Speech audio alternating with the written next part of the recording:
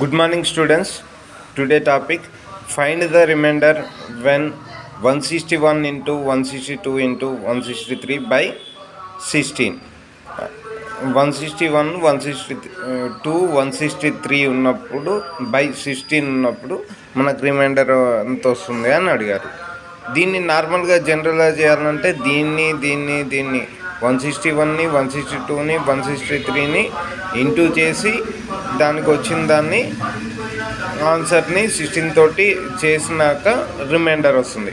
But simple trick ఏంటంటే first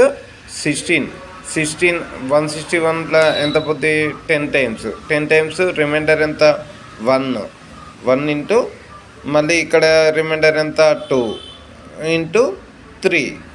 దీని answer ఎంత 1 into 2 into 3 answer 6 answer. Thank you.